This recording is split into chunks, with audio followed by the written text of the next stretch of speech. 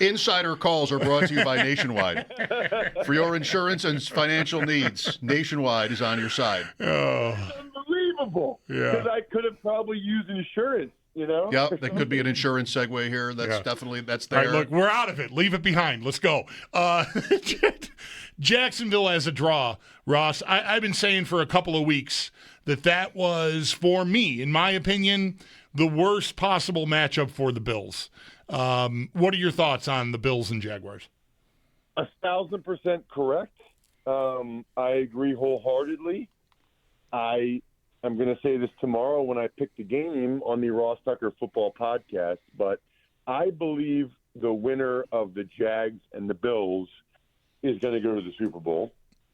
I actually think it's a shame they have to play in the wild card rounds because I could really have foreseen this being the AFC Championship game.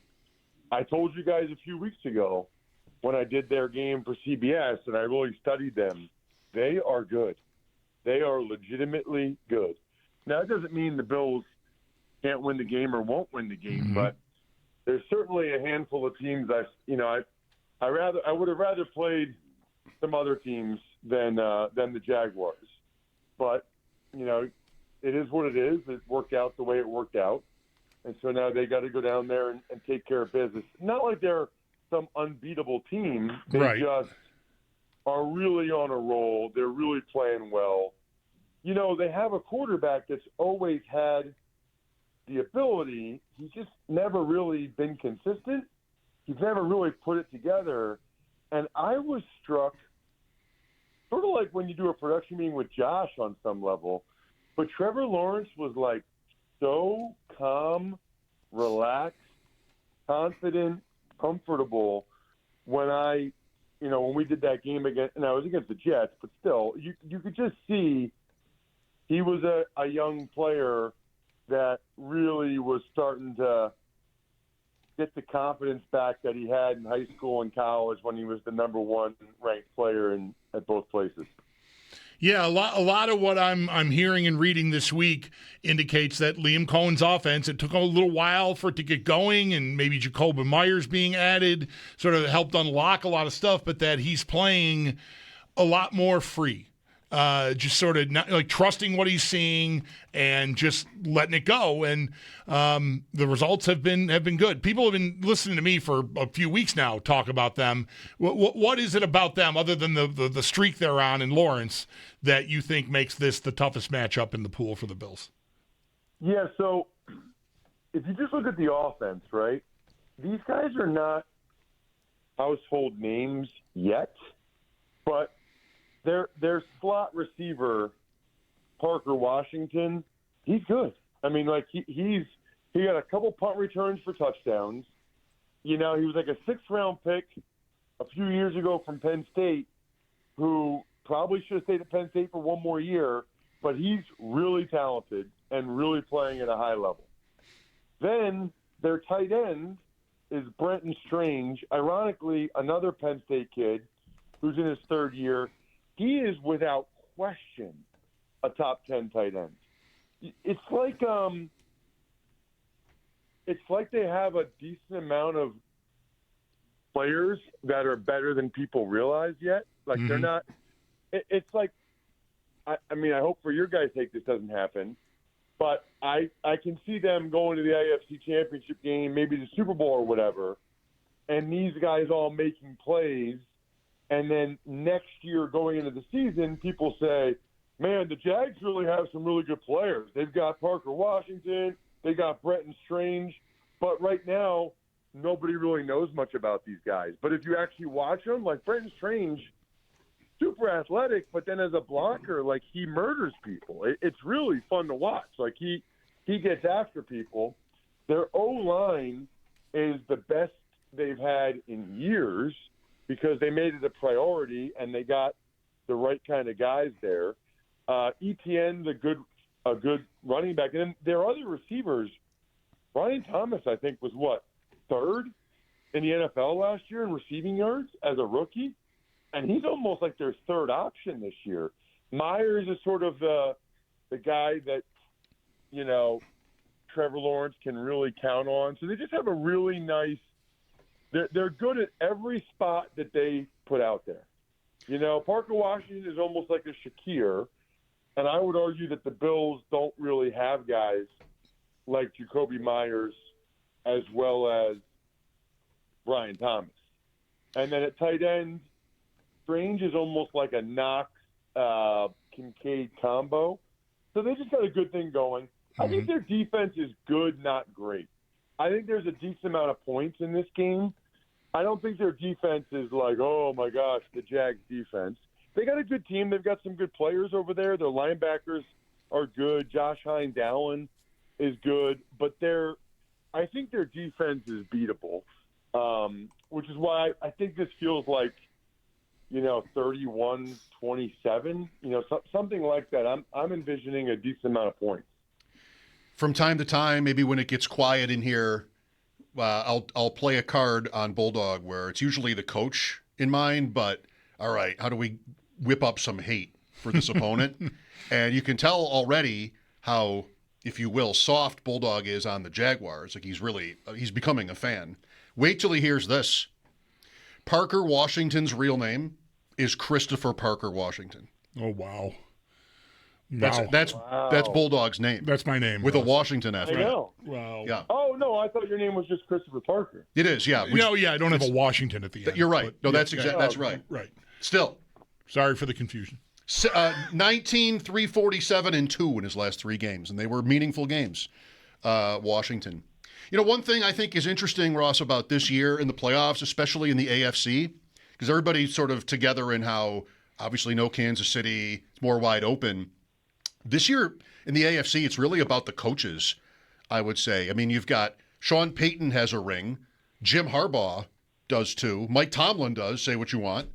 Then you've got Vrabel's been a coach of the year. He's won as a player. McDermott in all his years. Cohen is the new one. Who did I leave out? D'Amico Ryans, I guess. But where you don't have the quarterbacks with a lot of winning experience, you do have coaches who have done it. So it makes for an interesting, I guess it's mostly narratives, but it's different this year in that way.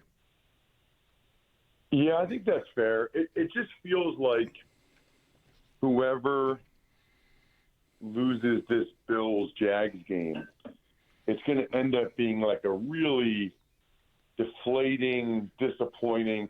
So if the Bills lose, that just stinks. I mean, no Burrow, no Lamar Jackson, no Chiefs and Mahomes, and yet they don't even win a playoff game. For the Jags, it'll be like, okay, cool. They won the AFC South, but they're still the Jags. They can't beat a team like the Bills. I told you shouldn't believe in them. I'm not buying the Jags till they prove it. Like one way or the other, it's going to be a bad narrative for the team that loses that game. I would have loved to have seen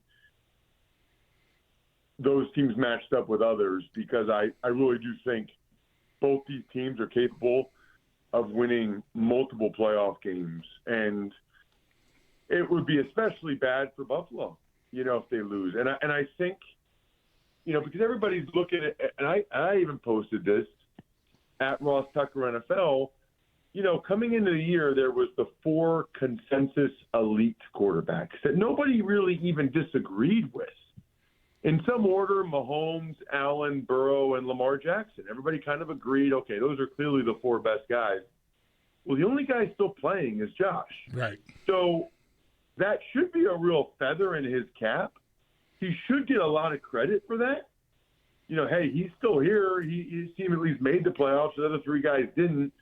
But instead it's going to get spun if they lose, like, gosh, they can't even get it done. He can't even get it done when these other guys aren't in there, which I think is a little unfair, especially, if they have to play against a team that might be the best in the AFC in Jacksonville. What about the NFC side, Ross? I mean, you're around the Eagles. I think you just maybe had their game, right, on Sunday? Yes, very cool. I called the Eagles against the Commanders for CBS on Sunday with Kevin Harlan, which was really neat. So they go in as the 3, Chicago, Green Bay, Philadelphia, San Francisco. The Rams are the only, sizable favorite in all of Wild Card weekend, big favorites in Carolina, where they've lost this year, by the way. And then Seattle up top. And Seattle is now the betting favorite with their win over San Francisco and the bye. Who do you like on the NFC side? Can Philadelphia flip a switch and have last year happen? Or maybe are there too many flaws? I think it's in my mind. I think that it's probably the Seahawks or the Rams. Okay. You know, the Seahawks are super impressive, and they only have to win 2 home games. The Rams, you know, are still probably overall the best team, and I kind of like their path. I mean, this first game, no offense to any Panthers fans listening, but like I think the Rams are going to destroy them, and it's almost like a playoff tune-up game, which is a really rare thing to get.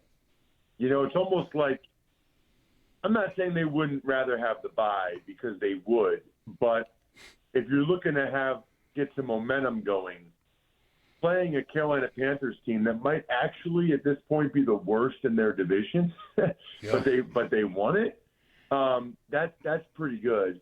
I think the Eagles have a chance just because their defense is so good. And if, you know, they haven't really run Jalen Hurts very much.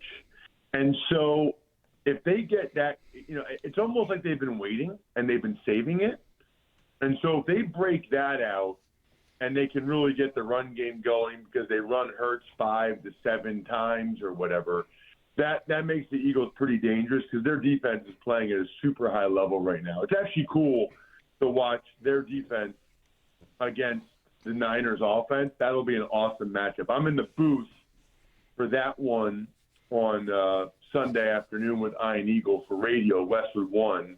So after the Bills game, if you guys are driving around, you can check that out. And then you guys probably have a post-game show or something. But then we'll be hosting Monday night, I'm sidelined for Texans and Steelers. I'm doing the Keystone State Kid. I'm doubling up in the state of Pennsylvania. Pennsylvania Turnpike. Just easy There game. you go. Easy game. Is there an upset you like here? I mean, we already mentioned how the spreads aren't big except for Carolina, and there's no way I would expect that you think, after what you just said, that's an upset. But, like, you know, Chargers at New England, you know, Pittsburgh even. Yeah, Pittsburgh hosting Houston. Like, can they give Houston a game? I think I'm looking at it. Oh, wow, the Carolina went up 10.5. Yeah. So interesting, by the way, that the Bills are favored in that. I think the 2 underdogs I like the most would probably be the Chargers and the Steelers. You know, I mean, Aaron Rodgers, I think, has it in him to get that done potentially. Chargers, they rested their guys. I can see Herbert, you know, getting that done. Those are the 2 with the best chance, I would say. Not that the Niners can't, but that would surprise me a little bit more. I think it's more likely that, and I'm not talking about, like, I'm not even counting Bills Jags at 1.5 or Packers Bears at 1.5. Those spreads are too tight. Interesting to me that the Chargers are such a small favorite, 3.5 at New England. They're the same underdog that the Steelers are against a Patriot team that had such a great year. Ross, sorry about your hand. Thank you for today, and it should be a great weekend. Enjoy. Yeah, I don't know. That might have been terrible radio. I don't know. It just when you were talking about the image of outside in shorts in the snow, that for obvious reasons is like the first thing I think of. So yeah, sure. Sorry, everybody. Hope you guys already ate your late lunch or early dinner. At least we feel, at worst, we feel like we know you better. That's really, at least we had at least that. See you guys. You know, we're always after that. All right, thanks, Ross. There's Ross Tucker, Audacy NFL Insider, Ross Tucker, if you want him. Insider calls are brought to you by Nationwide. For your insurance and financial needs, Nationwide is on your side.